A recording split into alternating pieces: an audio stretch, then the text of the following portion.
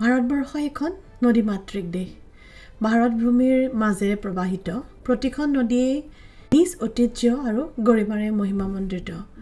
ভাৰত ভূখণ্ডৰ মাজেৰে প্ৰবাহিত গংগা নদীক হিন্দুসকলে পবিত্ৰ তীৰ্থক্ষেত্ৰৰ দৰে মানি আহিছে।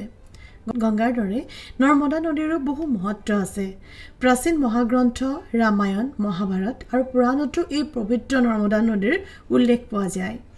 বায়ু পুৰাণ আৰু স্কন্দ পুৰাণৰ ৰেৱা খণ্ডত নৰ্মদা নদীৰ মহত্বৰ বিস্তৃত বৰ্ণনা আছে। পৌৰাণিক কাহিনী অনুসৰি এবাৰ ভগৱান শিৱই মৈকেল পৰ্বতৰ ওপৰত তপস্যাত মগ্ন হৈ থাকোঁতে তেওঁৰ শৰীৰৰ ঘাম ভূখণ্ডত পৰি এটি সৰোবৰৰ সৃষ্টি হৈছিল। সেই সৰোবৰৰ পৰাই অতি সুন্দৰ দিব্য কন্যা প্ৰকট হৈছিল। কন্যাই সেৱা জনাই মহাদেৱক বিনয়েৰে ক'লে, যিহেতু তেওঁ মহাদেৱৰেই সৃষ্টি, গতিকে মহাদেৱে তেওঁৰ পিতৃ, সেয়ে সেই পুত্ৰীৰ কাৰণে তেওঁৰ কি আদেশ আছে? তেতিয়া শিৱই তেওঁৰ পুত্ৰীক মানৱ জাতিৰ কল্যাণৰ কাৰণে ভাৰতবৰ্ষত প্ৰবাহিত হ'বলৈ আদেশ দিছিল। তেওঁৰ নাম ৰখা হৈছিল নৰ্মদা। নৰ্মদা শব্দৰ অৰ্থই সুখদায়িনী। মানৱ জাতিৰ সুখ সমৃদ্ধিৰ বাবে মহাদেৱৰ আশীৰ্বাদেৰে পুষ্ট হৈ নৰ্মদা নদী ধৰাত প্ৰবাহিত হ'বলৈ আৰম্ভ কৰিছিল। মধ্যপ্ৰদেশৰ অমৰকণ্টকৰ নৰ্মদা কুণ্ড নামৰ জলাশয়ৰ পৰা উৎপত্তি হোৱা এই নদীয়ে ভাৰতবৰ্ষৰ একমাত্ৰ নদী, যি নদী পূব দিশৰ পৰা পশ্চিম দিশলৈ প্ৰবাহিত হৈ অৱশেষত আৰৱ সাগৰত মিলিত হৈছে। সতপুৰা আৰু বিন্ধ্য পৰ্বতমালাৰ মাজেৰে বৈ যোৱা এই নদীৰ দৈৰ্ঘ্য প্ৰায় 1312 কিলোমিটাৰ। এই নদীক মধ্যপ্ৰদেশ আৰু গুজৰাটৰ আয়ুস ৰেখা বুলিও কোৱা হয়। নৰ্মদাৰ উপৰিও এই নদী ৰেৱা, নেৰবুদ্দা নামেৰেও জনাজাত। গুজৰাটৰ বৰ্ডাৰ চানুৰ নামৰ ঠাইত নৰ্মদাৰ লগত গুপ্ত সৰস্বতী আৰু অৰচাং নামৰ নদী মিলিত হৈ ত্ৰিবেণী সংগমৰ সৃষ্টি কৰিছে। অতীজৰ পৰাই চানুৰ সেই স্থানক হিন্দুসকলে বহু পবিত্ৰ স্থান বুলি বিশ্বাস কৰি আহিছে। সেয়ে সেই স্থানত মৃত আত্মীয়সকলৰ অস্থি বিসৰ্জনৰ কাৰণে বহু লোকৰ সমাগম হয়। মহাগ্ৰন্থত পোৱা যায় যে নৰ্মদা নদীৰ দুই পাৰে আগস্ত্য, ভৃগু, ভৰদ্বাজ, কৌশিক, মাৰ্কেণ্ড আৰু কপিল মুনিয়ে তপস্যা কৰিছিল। এই নৰ্মদা নদীক কৌৰী নদী বুলিও অভিহিত কৰা হয়। আশ্চৰ্যকৰ যে এই নদীত পোৱা শিলসমূহো শিৱলিংগৰ আকৃতিৰ দেখা পোৱা যায়। অতীজৰ পৰাই হিন্দু ধৰ্মাৱলম্বী লোকসকলে বিশ্বাস কৰে এই নদী দৰ্শন মাত্ৰেই পাপ খণ্ডন হয় আৰু এই নদী পৰিক্ৰমা কৰিলে মনোকামনা পূৰ্ণ হোৱাৰ লগতে পুণ্য প্ৰাপ্তি হয়। অতীজৰ পৰাই প্ৰতি বছৰে হাজাৰ হাজাৰ ভক্তই অতি আধ্যাত্মিকতাৰে এই নদী পৰিক্ৰমা কৰি আহিছে।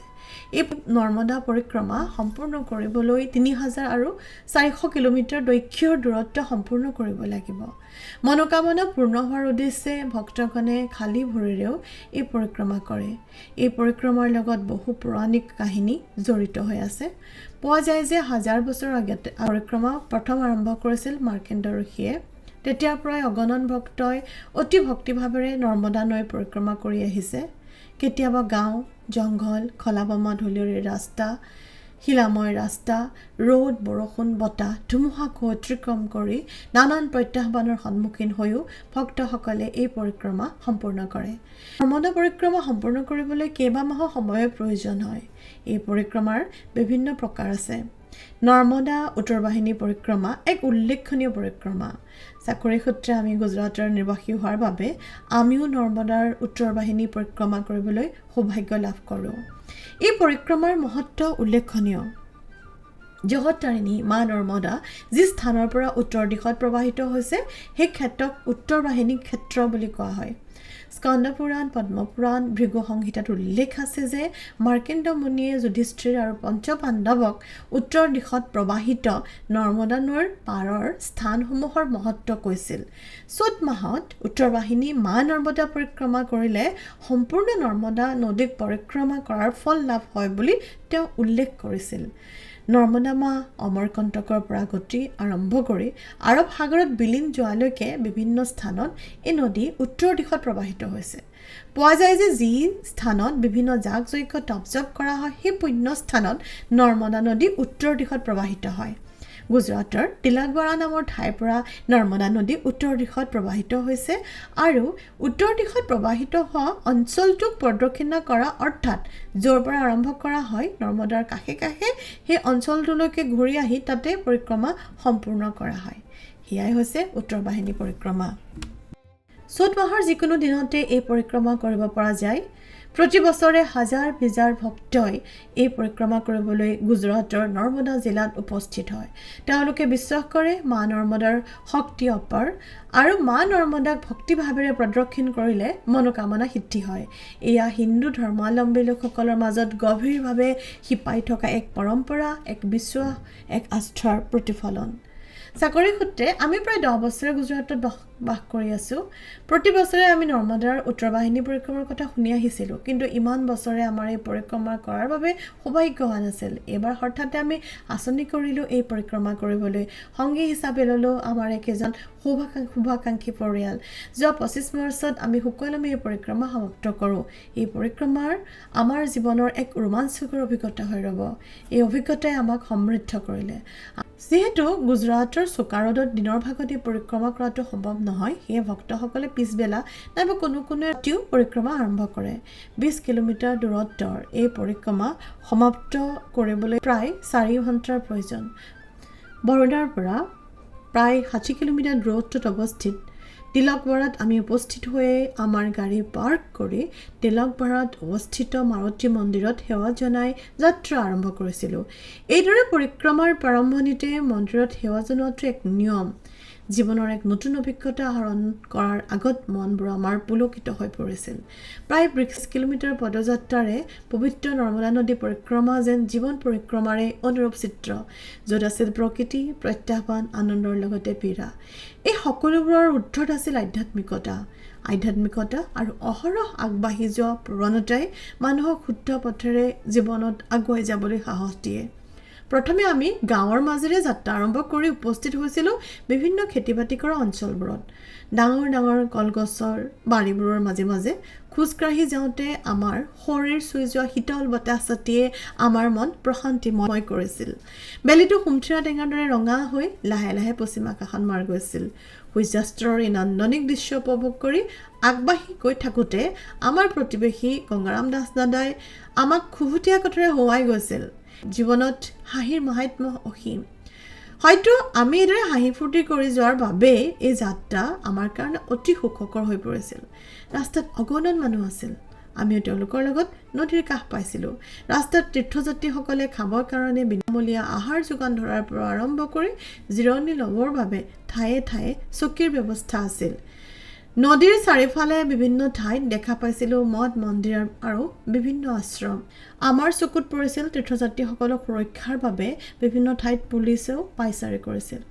পদযাত্ৰীসকলৰ জিৰণিৰ সুবিধাৰ বাবে ৰাস্তাৰ দুই কাষে তম্বু তৰি চকীৰ ব্যৱস্থা কৰিছিল। আনকি কোনো ঠাইত শুবৰ বাবে তোচকৰ ব্যৱস্থা আছিল। আমিও ঠায়ে ঠায়ে ৰৈ গুজৰাটী খাদ্যাভ্যাস ঢোকলা খমনৰ জুতি ল'লোঁ। এই অঞ্চলটোত নৰ্মদা নৈৰ পাৰত বহু মঠ মন্দিৰ আৰু আশ্ৰম দৃষ্টিগোচৰ হ'ল। উল্লেখনীয় যে এই মঠ মন্দিৰ আৰু আশ্ৰমবোৰতো পদযাত্ৰীসকলৰ বাবে বিনামূলীয়া আহাৰৰ যোগান ধৰিছিল। আমি নদীৰ পাৰে পাৰে খোজকাঢ়ি আগবাঢ়িছিলোঁ। ৰাত হৈছিল যদিও ৰাস্তাৰ দুই কাষে লাইটৰ ব্যৱস্থা আছিল। দূৰৰ পৰা আমি নদীৰ ঘাট দেখা পাইছিলোঁ। লাইটেৰে সজাই ৰখা নদীৰ ঘাটতে আছে কেইবাটাও শিৱলিংগ।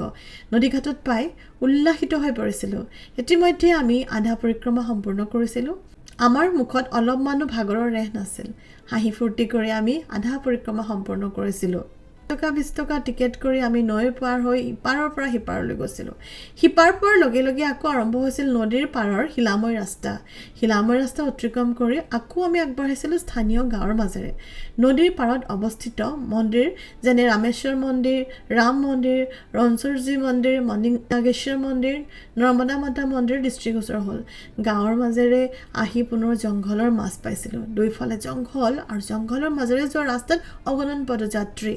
আমিও পদযাত্ৰীসকলৰ লগত নিৰ্ভয় আগবাঢ়িছিলোঁ। আমাৰ ভৰিবোৰত অকণমান বিষ অনুভৱ কৰিছিলোঁ, কিন্তু মনৰ জোৰত আমাৰ সেই বিষ উফৰাই আগলৈ আগবাঢ়ি গৈ থাকিলোঁ নৈ পাৰে পাৰে খোজকাঢ়োঁতে কিবা এক সুখতে সকলো পীড়া পাহৰিছিলোঁ তীৰ্থযাত্ৰীসকলে যাতে খোজকাঢ়ি যাওঁতে মন ভাগৰি নপৰে তাৰ কাৰণে নদীৰ পাৰে পাৰে কোনো ঠাইত গৰ্বৰ গীত নাইবা প্ৰাৰ্থনা বজাইছিল সঁচাই গৰ্বা গীত বা প্ৰাৰ্থনাই যেন মনটো ভক্তিৰসেৰে প্ৰশান্তিময় কৰিছিল আমাৰ দলটোৱে পিছে হাঁহিবলৈ এৰা নাছিলোঁ য'তে জিৰাবলৈ বহোঁ আমি হাঁহি ফূৰ্তি কৰিছিলোঁ সেয়ে হয়তো আমাৰ যাত্ৰাটোৰ সকলো প্ৰত্যাহ্বান হেলাৰঙে পাৰ কৰিবলৈ সক্ষম হৈছিলোঁ যাত্ৰা শেষ হ'বলৈ কেই কিলোমিটাৰমান বাকী থাকোঁতে আমি পুনৰ নদীৰ পাৰ পালোঁগৈ পুনৰ নদীৰ পাৰে পাৰে যাত্ৰা আৰম্ভ হ'ল নদীৰ পাৰত বহু মানুহে নৰ্মদা মাক ধূপ বন্তি জ্বলাই প্ৰাৰ্থনা কৰা পৰিলক্ষিত হ'ল ৰাতি হোৱাৰ লগে লগে যাত্ৰীৰ সংখ্যা বাঢ়িছিল ডেকা বুঢ়া কণ ল'ৰা ছোৱালী আৰু পিতৃ মাতৃৰ কোলাত উঠি সত্যজাত কেঁচুৱা ভাগ লোৱা দেখা গ'ল কোনোৱে খালী ভৰিৰে অকণো নৰোৱাকৈ অহৰ্নিশে গৈ থাকিল